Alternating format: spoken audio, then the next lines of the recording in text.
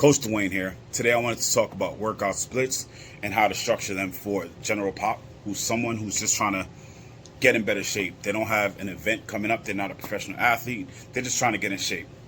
And then we'll show you structure for an advanced person as well. Someone who's advanced in their fitness journey as well. So let's hop right into General Pop. General Pop, what's the frequency that we like to see? For a general population person, we want to see a bare minimum of 2 days a week, going up to 3 days a week.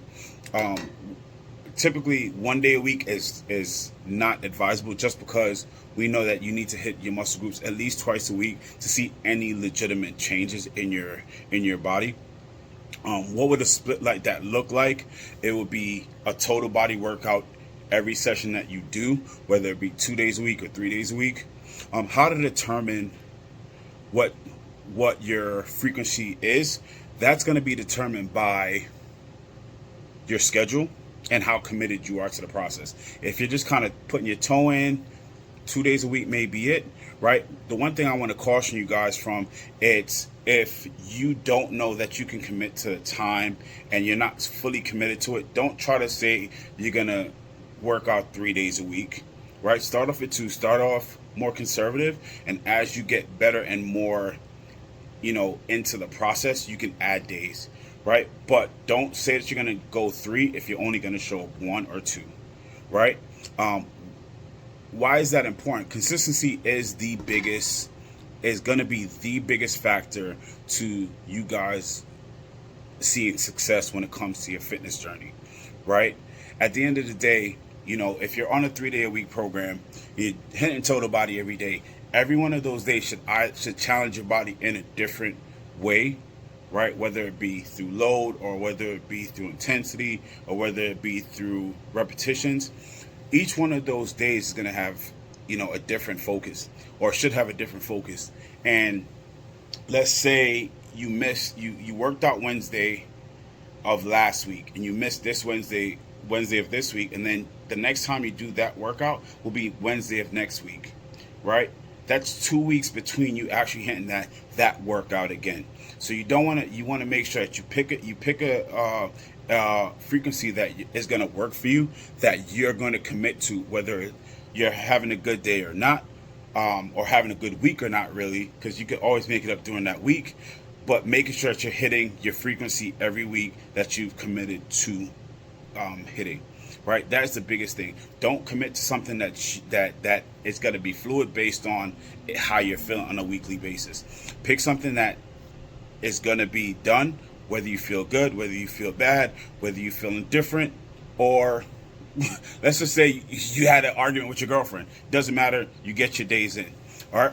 Now, let's talk about more advanced, right? More advanced. Typically, what do we see as far as frequency with an advanced person? An advanced person, we start to consider them advanced 4 days on. 4 days to 6 days is kind of where we want to see that person fall within, because you don't want to go 7 days, because you're going to have burnout. So you want to at least have 1 full day that you can take off.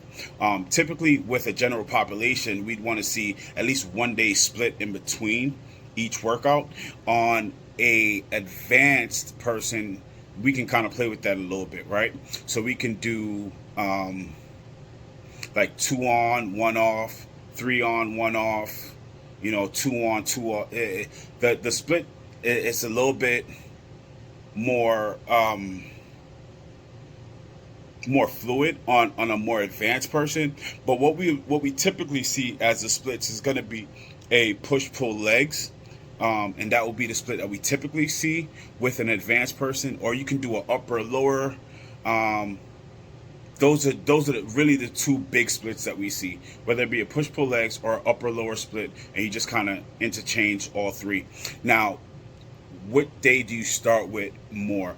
I believe that you start on the day that is your biggest focus. Like when the week starts, you always hit the muscle group that you want to focus on the most. That's when you're most strong. That's when you're more fresh. That's after you've just taken a rest day or a few days of rest between doing this next workout.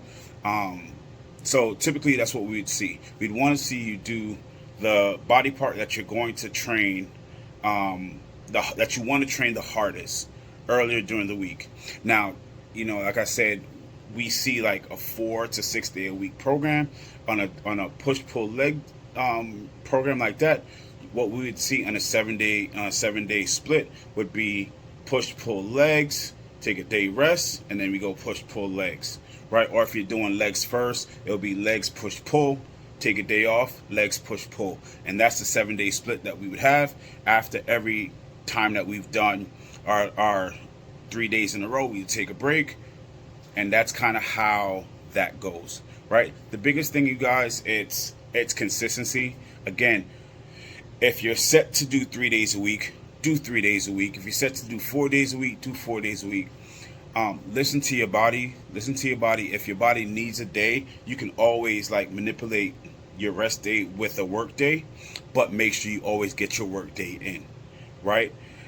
The last thing I would say to everyone here that's watching this, it's when you start training, when you're in a training routine, little nicks and like little strains are gonna happen because you're pushing your body to a point that it's not comfortable. So you may get a little strain here, a little strain there. Don't let that stop you from doing your work, right? So let's say you are on a push pull leg day and you strain your pec, right? And your pec is just bothering you. You can move your days around, right?